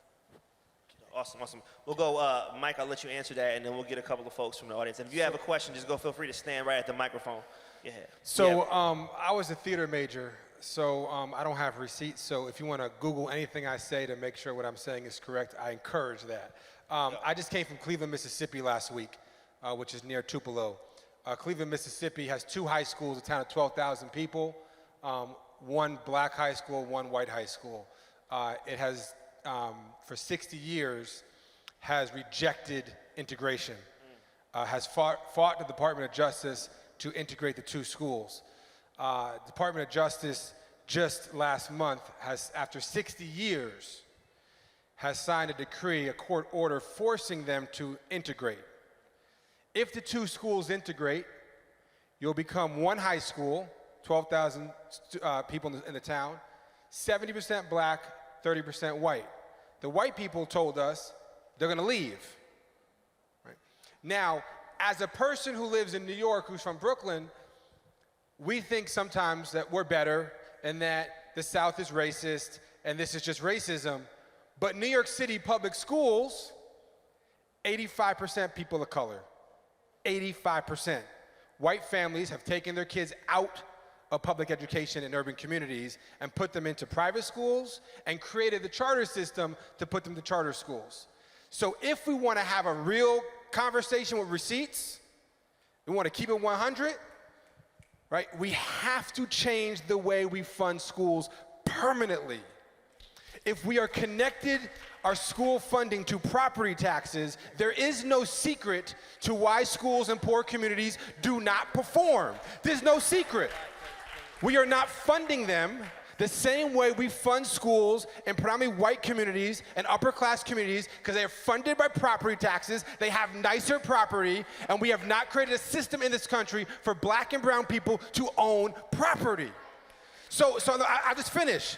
So we can have a beautiful conversation and lie to you as young people and say it's gonna get better, but New York City public school system is 85% black and brown. I had a lady come to my house. I'm privileged. I have money in my pocket. A lady, when my child was 1 year old, a lady, 1 year old child, a lady came to my house in front of my girl and me and presented where my son should go to public school in New York City. $200 an hour she charges to tell parents how to put their white kids through a system. And I looked at the schools, and you could tell by the demographics which schools performed. Forget where they were located. If a school is primarily black, they underperform. Primarily white, they perform well. So I'm a product of public school my whole life through college. But we fund our public school system in this country with a racist tinge because we know black and brown people don't own property. We have to change that. But I do want to say one thing, and you don't become a civil rights lawyer if you're not an optimist. So I say now I am an optimist. My mother rode the back of the bus. My mother attended racially segregated schools in Richmond, Virginia. I did not. My two daughters do not. It has gotten better. It will get better. It has not gotten better fast enough. We have not moved as far as we need to move, but we have moved in this country, and we are moving in the right direction, and we have to keep that up. I don't want to argue with an attorney, but I would say this. Thurgood Marshall at the Supreme Court in 1953 said we must move with speed that has not been quick enough. And we did, and they are, and we are moving it. He fought that case. He dismantled Plessy versus Ferguson. We had racially segregated schools by law, but we are more segregated now. today than then. And Why? so we have progress still to make, but we are making it, and we can. Do not think that you cannot. Hold on, one mic. Let's go ahead and practice that rule. One mic. It's important that we listen, right? Dope. I'm done. Awesome. Okay, cool. I just want to shout out a couple of things. First and foremost, I want to open up your statement as a question. So what are solutions? If we're funding schools currently by property tax, what are solutions, young people, to not do that? What's the reverse? And I also want to shout out a dope statement from Kosi, the Future Corps member. He said we need to build our own learning institutions, new models, new disciplines, interdisciplinary and intersectionality. So I want to shout that out. So we'll go back and forth between tweets and folks at the mic. I saw you first, so we'll go 1, and then we'll go 2, and then we'll get to you after that, and then we'll go ahead and take a text from the tweet sphere. Go ahead. Check. All right, so my name is Sin7. I'm from Providence, Rhode Island, right? So back home, I work at this nonprofit organization called ASU20 Youth, and my job is to make clothes. I make T-shirts, right? So the nonprofit organization has a very good relationship with Rhode Island's training school. So my boss will go over to the training school along with a couple of other mentors, but my boss's job is to go over there with screens and shit and make sure that they can make clothes and express themselves, and we work to help them. But when I walk in and I'm like, yo, Nick, this is a really cool shirt. Who made this? Well, I'm not allowed to say. Well, it was a kid from the training school? Yeah. They're not allowed to say their name, say anything that they do. And I feel as if that's like so dehumanizing, like they're not anything, like they are being silenced, and they are not meant to be seen. They are meant to be something that is represented through something, but never represented as them, as an individual. They're not allowed to show their faces on anything. They're not allowed to do anything. And I feel as if some of them may have ended up in that training school because they were put in a system in the first place where they were set up to fail in the first place, and they were going to end there regardless, no matter how hard they tried. And that sucks. So I wanted to ask, if you guys were to run a training school or to run a system like that, what kind of systems would you implement, and what would you change? Please. Hello. No? All right. Oh, lit. Yeah. I think, I'm a kid, so I'm going to be a little bit of an optimist. But I think I think for me, in a lot of contexts, like probably that situation probably also has to do with a lot of copyright infringement. If they're selling the t-shirts, a lot of the times they don't want to give credit to the kids because that means they have to pay them because they're making a profit off of it. And that happens a lot of the times. And I think an issue is, and we see this, and this is a whole nother topic, but we see this in Black culture all the time where our culture is used and it's sold and it's given to everyone else and people make a profit off of it, and a lot of times we aren't compensated. And I think we need to look at examples of places where we can compensate kids for their ideas and reward them for doing such beautiful things like B&B. Yeah, real quick, to say something about that, we sell the shirts for like $15 each, and because it's their materials and they have to buy it and stuff, they take like $10 and we take $5. So I don't know if that happens at the training schools, but I know for us, like, they do throw us a little bit of something. And plus, I work there, like, for money, so they do make sure that kids have an opportunity to get employed and be working in art. What was your name, brother? And where you Sin from? 7, Providence, Rhode Island. Awesome. Can we clap it up for my man real quick? Appreciate that. So for the folks who are asking questions or giving comments, can we please try to keep them as concise as possible? We want to try to see if we can get everybody on the mic. Is that cool with y'all? And also, before you say your question or comment, say your name, okay? So we'll go over that way. Hello, my name is Maya Abrazizi, and I'm from Portland, Oregon. And I really like how you brought up the point about capitalism being a system of oppression. I personally like to think of capitalism as kind of a triangle because you have the very few people at the top who are usually like rich, like white, straight guys, and they have a strong, like a base of oppressed people, well, people like oppressed people who kind of allow them to succeed. And capitalism, according to Marxist theory, does require a strong proletariat. And so, and I like how you brought that up, but it also brings up the point in my mind that we can have all of these like short-term kind of band-aid fixes, like for example, funding schools in a certain way. But if we have this resounding system of capitalism that is a system of oppression, will we be able to achieve any actual long-term sustainable progress for as long as we operate within a system of capitalism, or do we have to have some sort of a revolution in our economic system to change the political system? I was wondering what your thoughts were on that. Appreciate the question. A, can we maintain our current system? Or B, how do we dismantle the system of capitalism in our country? Was the questions that I heard. I'll let any one of y'all feel free to. Maya, thank you for your question. And I think what your question indicates is that there are systems and within systems, and it's just like healing the human body. In Western medicine, there's a lot of specialization, so I'm just going to fix your kidney, but I'm not dealing with what's in your gut, or I'm not dealing with what's in your liver, I'm not dealing with your pancreas, I'm not dealing with your mood, I'm not dealing with how well you are loved and how well you love, and things like that. And what you're saying about the larger idea of the economic system made me think of something that I was thinking and I realized I didn't say. And I was sitting here thinking, like, why have I not said this?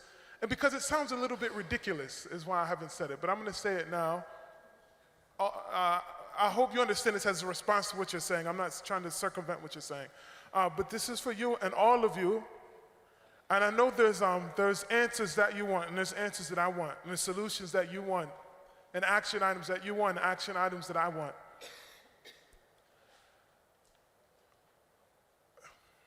The key really, in truth, without exaggeration, is love. If you love yourself and you love each other earnestly, the police in the schools are nothing compared to you. If you love yourself and love each other truly, then the mass at the bottom of that pyramid, if they love each other in truth, those few at the top can't contest their power. When it comes to the way that people are shamed in the school about college or not college, or this economic strata or that economic strata, is the prerequisite of it is that the love for self and the love for one's people has to be weakened in order for any of these systems in order to prosper, including capitalism. Capitalism necessitates, a prerequisite for it has to be the weakening of the love of self and the love of their fellow human beings. If that part is not, I know it sounds absurd, I'm talking like a poet, but I mean this in a very literal way. I'm being very genuine and serious in this, is that even if we dismantle capitalism, but there is not love, then know that people will oppress people forever and ever and ever. If we change the president of so-and-so wins instead of so-and-so, but we don't love each other, then the people will oppress people.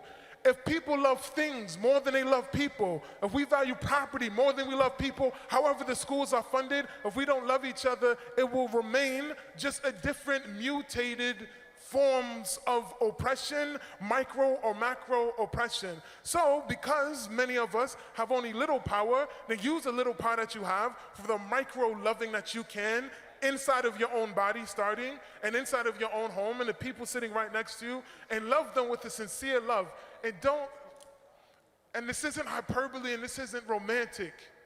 It is survival. It is survival. Thank you. And I think, appreciate that. I think the question is, if we learn to institutionalize hatred, how do we institutionalize love? How does love become a part of our everyday high school experience, or school experience in general? Thank you for that. We'll go you, and then I want to get your question over here. Go ahead, sis.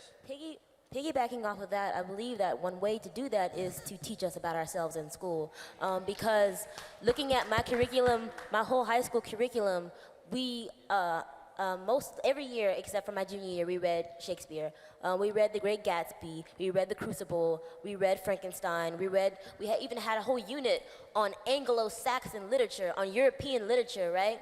And the issue for me is, I'm not learning about myself, nor am I learning about the people around me. I'm only learning about the people who already are in control. So I don't know, my own history. I don't know, basically, just like she was saying, at third grade is when they start to say, okay, you can't read, this is where you're going. So I know when I was my senior year, I finished all the books I had assigned for class, which are all Anglo-Saxon literature, all of that. And so I decided to go for myself and explore the bookcase. And that was the first time I'd ever read a book that was from someone else. I read The Absolutely True Story of a Part-Time Indian by Sherman Alexie.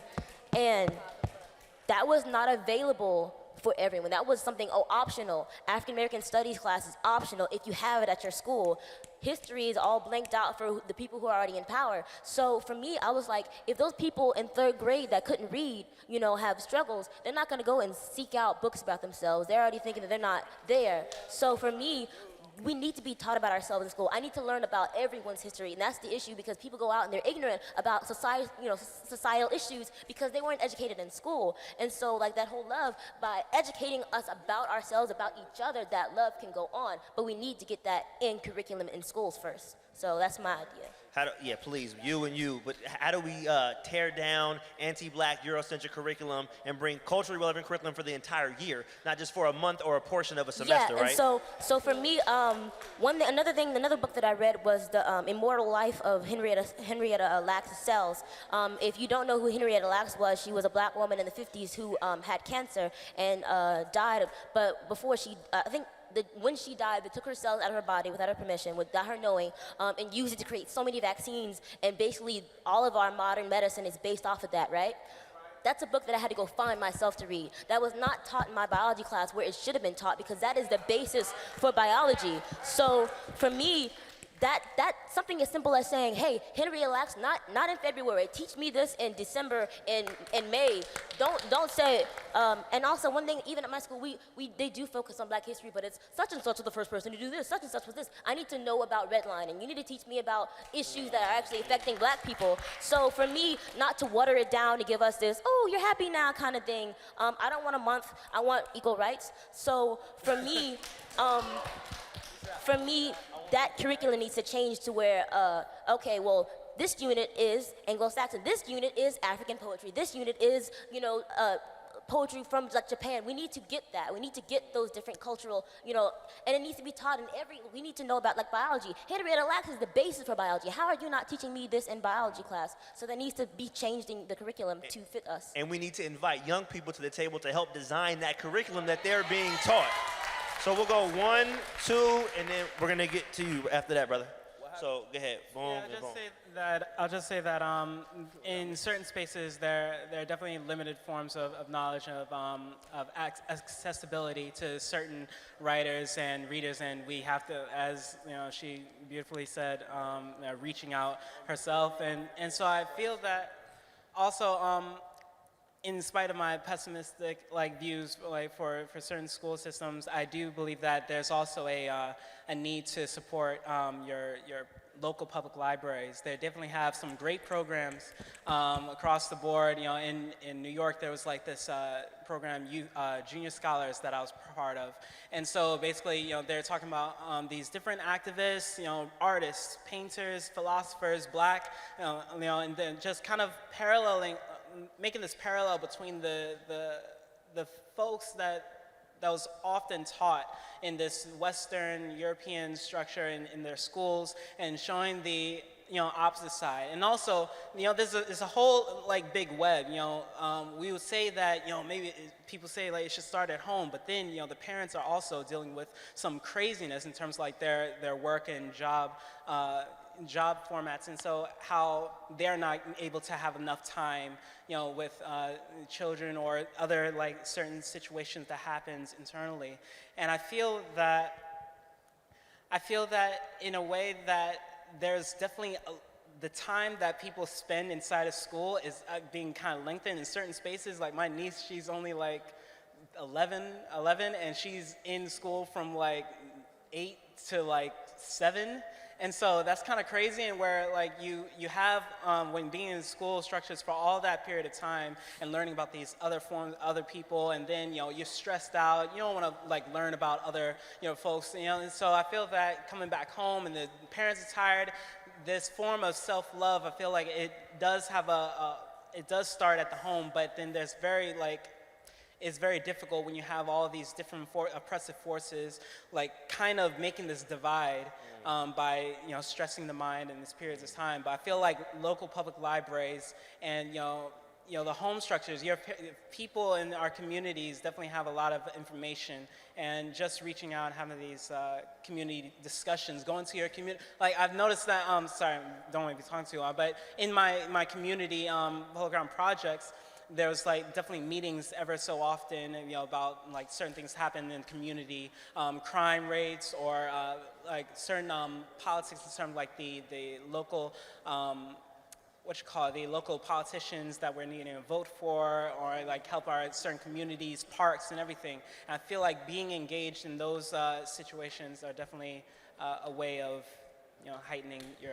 Thank you, brother. I appreciate that. Real quick, y'all, we have about 15 minutes left in this conversation. Y'all have been amazing. Can you clap it up for yourselves real quick? Y'all have been super dope. And I want to make sure that we maintain that level of respect that we have had throughout this entire conversation while people are sharing their thoughts and ideas and feelings and experiences. Is that cool with y'all? Dope. So I'm going to let you wrap this part up, and then I want to make sure that we get, so even folks on the panelists, can we make sure that we keep our answers concise so that we can try to hear from everybody? Thank y'all. Yeah, I kind of want to go back to the capitalism question and the idea of systems. Amir Suleiman made a really good point when he talked about things being machines. And the thing about a machine is that, one, Black love automatically breeds revolution, and we're seeing that. And the thing about a machine is that it serves a purpose. It is built by hand, and it is made to serve a purpose. A gun will never be a toaster. A gun will always be a gun. The purpose of a gun is to kill people. A system that is created to kill us will never be ours. So if we're thinking about having, in regards to loving ourselves, that is the beginning of the revolution. That education within our communities, like this poppin' young lady next to me said, is the beginning of a revolution. But I think that we need to understand, like my man's over here said, capitalism does not work. And it is a system, it is a machine that is constructed to serve a purpose, and that purpose sucks. Thank you for that. We're gonna hold off. I just want to make sure that we get, yeah, go ahead, brother. Please say your question or comment. Appreciate that. I'm Eric. I'm from Kansas City, and my question was, well, it was more of a comment, but I think my question is gonna follow up. But in Kansas City, I attended Raytown High School. I don't know if y'all know anything about Missouri or not, But basically how their school is partially funded is they get paid for our attendance. So like basically the more we go to school, the more money the district gets. But like our school we haven't received like new football gear, new textbooks, new nothing. Like the cafeteria food is trash. Like it's horrible. Like I want to know like where is all this money that you're getting for me sitting in this chair receiving an education? Where is it going to? Like what? It's not though. I don't see it going to anywhere because it's not going to our teams. We haven't had any good gear in a long time. Our football program is not good. None of our programs are really that good. And it's like I feel like if you're gonna get paid for me to show up every day, if you're gonna receive money for me being in the classroom and you're not even doing your job sometimes, then I feel like there should be results. And I guess my question would be like, how do we, well, first of all, and a lot of people don't even know that they get paid for us being there. Like a lot of students that knowledge is not accessible to them. You know, that's something you'd have to go to the district and ask questions and meddle with to find out.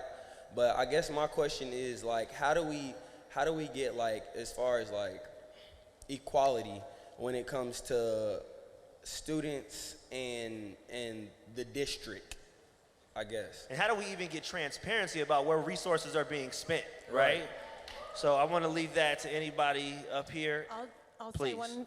Is this working? Did you say your name is Eric? Yes, ma'am. Hi, Eric. How are you? There's an incredible amount of waste in a bunch of different places. One is testing. Another one is actually textbooks because they're going to be antiquated soon. Another area where there's an incredible amount of waste is teacher turnover. And then the other area that's really exciting, and I hope you're as excited about it as I am, is administration. There's an incredible amount of waste. You can look at LA School District, the 80,000 employees, only 30,000 are the teachers.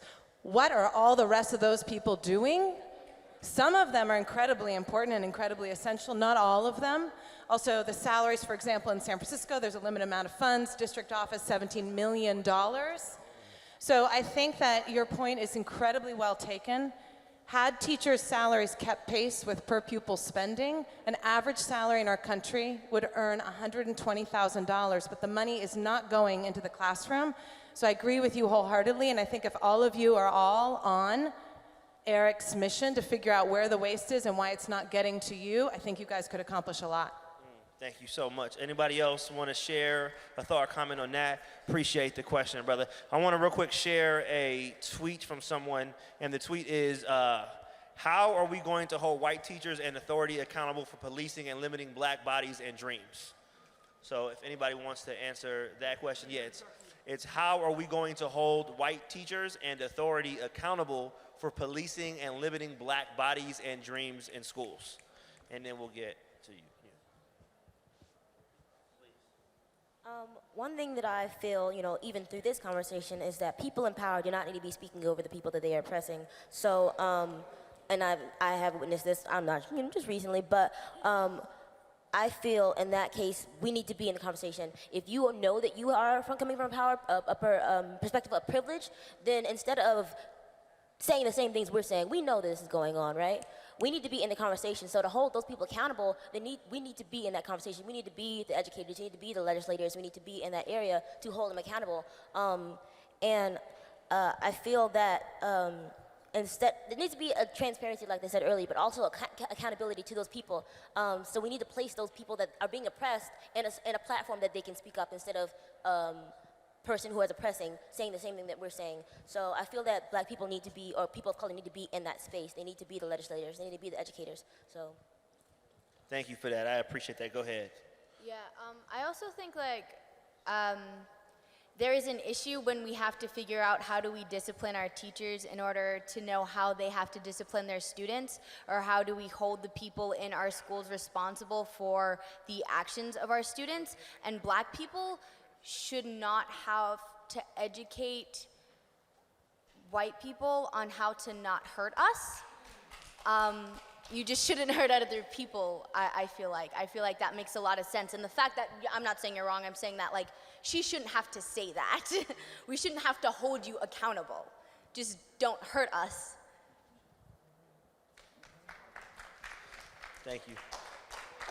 So cool. So really quickly, we only have time for maybe 2 more questions, but I want to say this real quick. We don't need a room and a microphone and a stage to have these conversations. In fact, I think sometimes these things inhibit us from actually having authentic, needed conversations. So I'm going to encourage y'all, take this conversation outside of this room and space, because the most important conversations are happening with you all in your communities anyway. So we have time for 2 more. I just want to apologize to all the folks who didn't get a chance to say their comment or question. It's just kind of the constrictions of time. So yeah, please go ahead, and then we'll go to you on the far left, my far left. Amir, let me hop in real quick. I asked that question on social media, and it was intended to reach a certain person on stage, and they didn't answer it. Is that cool? Please. Okay, so I meant to ask, I'm sorry, I didn't get your name. You? Yeah. The question I asked was, wait, hold on, let me pull it back up. It was, how can we change the education system to make AP and, wait, no, that wasn't the right one. I mean, I had like a thread on Twitter, sorry. How are you gonna hold white teachers, authorities accountable for policing and limiting black bodies and dreams? Thank you. I mean, my view is that we need to hold all of our teachers accountable to all of our students, so that everybody who is in a job to educate the students is focused on educating the students. And the way to do that is to be in school, to be serious about school, and to speak up when you don't like what you're hearing, and to make sure that you're voting and that you're making sure that your elected officials are also clear and serious about who it is that we put in our schools and the job it is that we ask our teachers to do in our schools. So I'm hoping that we aren't in a position where we think that it's principally white teachers in schools with black and Latino bodies, but we actually think that we have diverse teachers in diverse schools, because that's who we are as a country and who we need to make sure that we have educating all of our students. But how does that happen? How do you hold those people accountable? Exactly. Vote,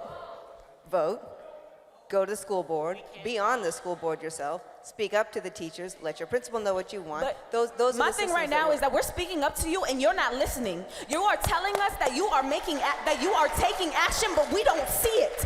We don't see it. Right now we are frustrated and we are scared because this is our education that is in jeopardy, and we understand that you are making a difference, but tell us about it.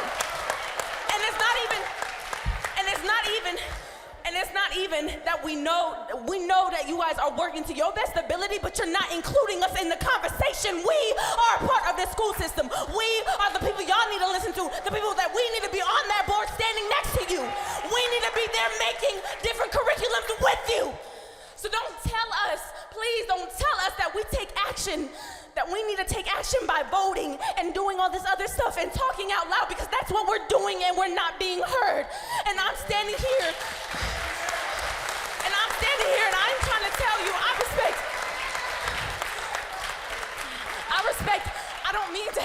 I don't mean to get upset and to yell, and I understand that right now that does not look good, especially that I'm yelling at a whole, little court of people, and that's gonna, you know what I'm saying? I respect each and every one of you as who you are and what you do, but I need you to understand that we cannot go any further if you do not put us in the system next to you to make different curriculums.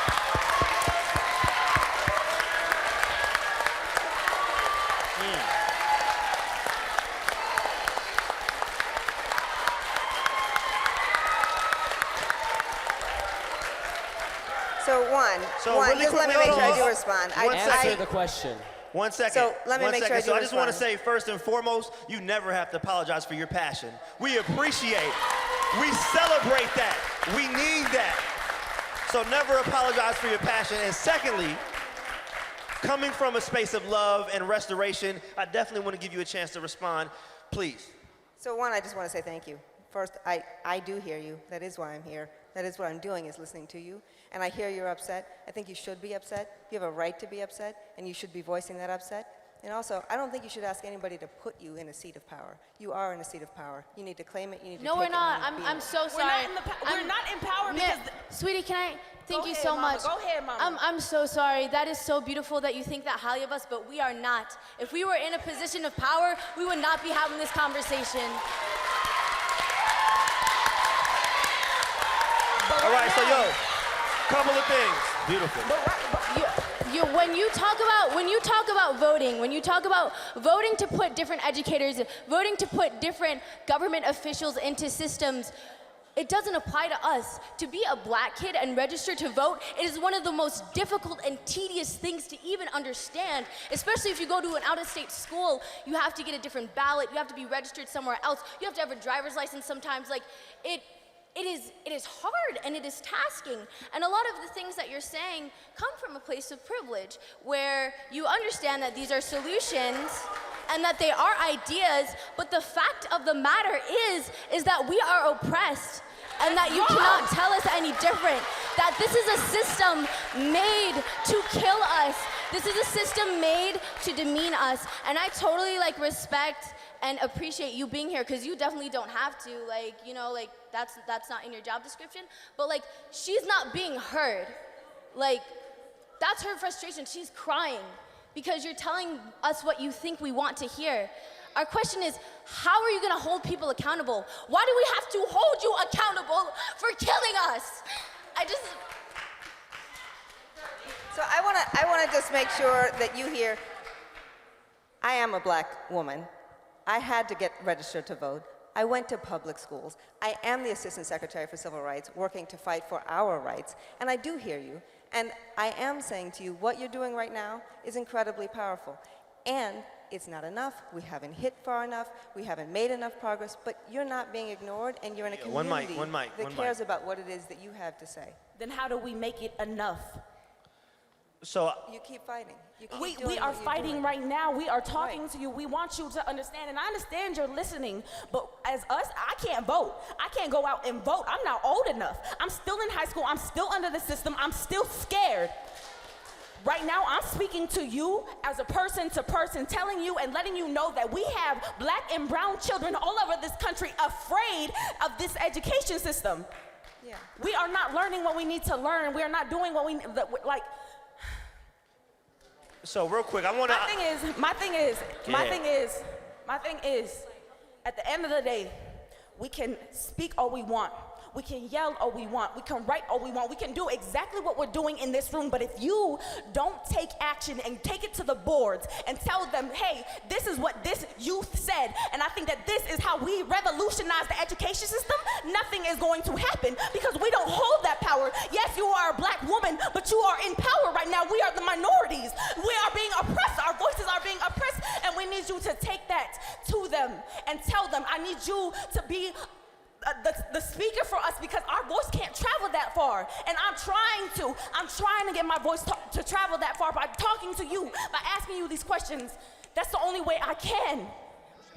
It's one of many ways you can, and I'm telling you, I'm hearing you. And I really appreciate the strength of feeling and your commitment and your willingness to speak up. Thank you. Piggybacking off of that, tell us, what is accountable? What is punishment? What is the punishment for these teachers that when this happens? Tell us what is that punishment? So before you answer that, really quickly. Is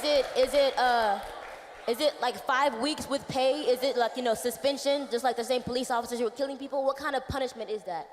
Well, I mean, there are teachers who don't continue in the classroom. There are teachers who don't get to keep doing their job. There are many teachers who are doing a terrific job with their kids and supporting them. What is the punishment? There's a variety of punishments. There's not a single Tell us. punishment. We have time. I am unclear how it is that I became the person that you're upset with because there's a teacher someplace you didn't like. Because there are 16,500 school districts in the country. The reason that you are the person right now is because you come in here saying that you represent these people, right? The people that can make change, right? But you're not being transparent. So when you decide not to meet us halfway, we're gonna come to meet you. And basically at this point, what is that punishment? What happens to these teachers? I've seen some teachers do horrible things, come back the next week. Why are they not stopping? What kind of punishment that is so weak and not a good punishment that they can come back and keep doing the same thing they're doing? Why does this keep happening? Well, it keeps happening because that's the world we live in. But there also is a punishment that happens to them. We have to respect the mic so we can listen. To get an analysis, we have to listen first. So let's respect the mic, please. There are a variety of punishments available. Sometimes they're meted out well. Sometimes they are not. When they are not, we need to speak up. We need to say that we want to see that change. That is the system that we have, and that is operating the way that it can operate better. I don't know how to answer your question. There are a variety of punishments available. Thank you for saying that. Thank you. That's what we should have heard initially, is that you don't know how to answer us. So check it out. With that being said, Can we please clap it up for the bravery of every young person in this room to be a part of this conversation? I think that's really important. We also, so check it out. We also acknowledge, my family, my community, 1 second. We also acknowledge that there are going to be no solutions that happen in this specific conversation that are going to transform a system that has been around for 400 years, right? So I'm asking y'all, I appreciate you being here. We also know we can't blame a specific individual for systemic issues. So I'm asking y'all, take this conversation outside of this room, because that's the only way you will be heard. And I'm encouraging y'all with the same enthusiasm and passion that y'all brought in this room, shut stuff down, and I mean that. Otherwise, we're not gonna get the results. Who cares about it? I don't care, real quick, I do not care about an answer from any panelist in this specific moment. I care about actual change for our people. And I'm telling y'all, young people, you don't need permission to be great. And the best way to predict the future is to create it. So y'all already have this. I appreciate y'all. I think this was the start of something potentially special, as long as we hold ourselves accountable in this room to keep this conversation going. So again, thank you all so much. I appreciate it. There are 2 young people in the spirit of making sure that every young person within reason and to the best of our abilities is heard. There are 2 young people who were promised a spot today. So I want to end with a question, and I also want to end with a poem, if that's all right with y'all. Is that cool? So I'm going to bring up a poet, and I'm going to bring up a young lady who's going to share a question that hopefully leads to actual solutions outside of the Kennedy Center in Washington, D.C., right? Because these solutions need to be thought out and designed in communities that we come from, right? So with that being said, I got someone who's coming all the way from Pine Ridge. So I want y'all, Pine Ridge. If I'm not mistaken, that's a perspective that we haven't heard as to this point. So I want y'all to please clap it up for my homie from Pine Ridge. Make some noise for Marcus.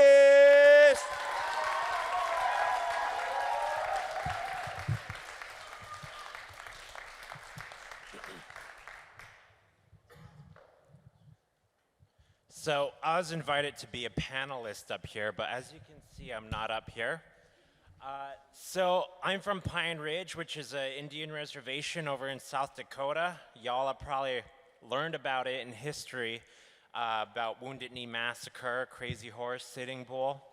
But beyond them 3 things, like a lot of people don't know about indigenous peoples. And here at this dialogue, this conversation here, that was one of the perspectives that wasn't offered here. So a lot of people in here probably already heard this poem, but I'm gonna keep on spitting it as many times as I can here.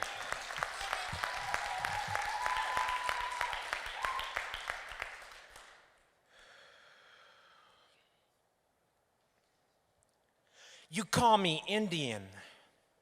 Televisions protrude from your porcelain skull.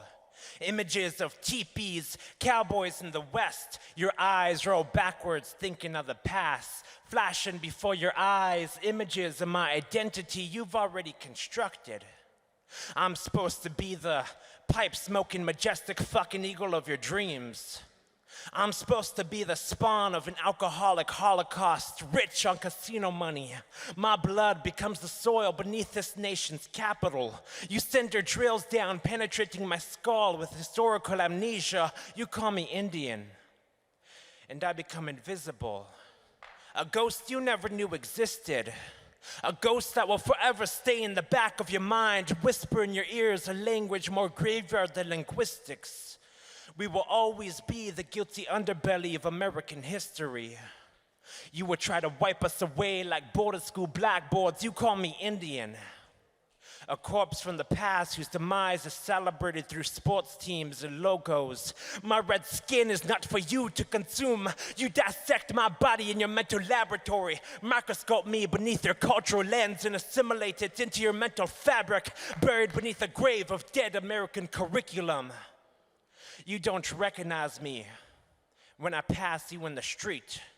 You don't recognize me when you consume your Thanksgiving lies in November. You don't recognize me when you adorn your hipster headdress, college Indian parties. My name is Sarah Lee Circlebear, Paul Castaway, Alan Locke, Rextol Henry, Joanne Sherman, Miles Rough Surface. These are the names, the case files you don't recognize, because despite being targeted by the police at the highest rates, we are still ghosts screaming for you to recognize us. Too insignificant a number for you to acknowledge. How many of you have met 1% of the population?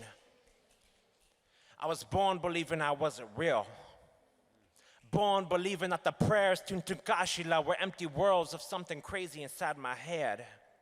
And not of a genocide still burning inside. The fire I found ignited was validation for my ancestral cosmology. I ghost dance the energy into my bones and transform that shit into justice.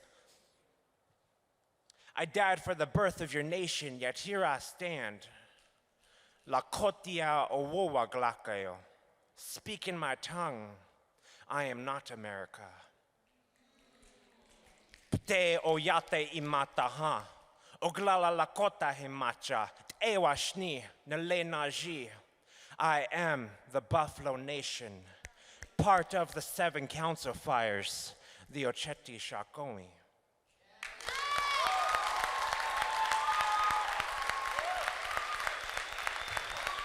One more time, Marcus from Pine Ridge. And can you please keep that applause going for every young person that spoke today and for every young person that did not get a chance to speak today. I also want to ask y'all to please clap it up for our panelists. Please make some noise for our panelists.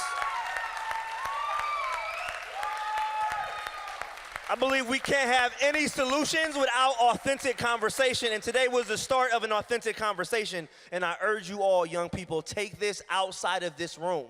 You do not need permission to be great. So with that being said, we're gonna end on solutions. So I'm gonna ask you, I'm gonna bring up a young lady, she's gonna ask a question to you all, and we're gonna ask you all to please put your answers on the iTooAmED hashtag, iTooED, iTooEd hashtag. These are solutions from folks in your community. So I'm gonna bring my sis up. What was your name one more time? Ife. Clap it up for Ife!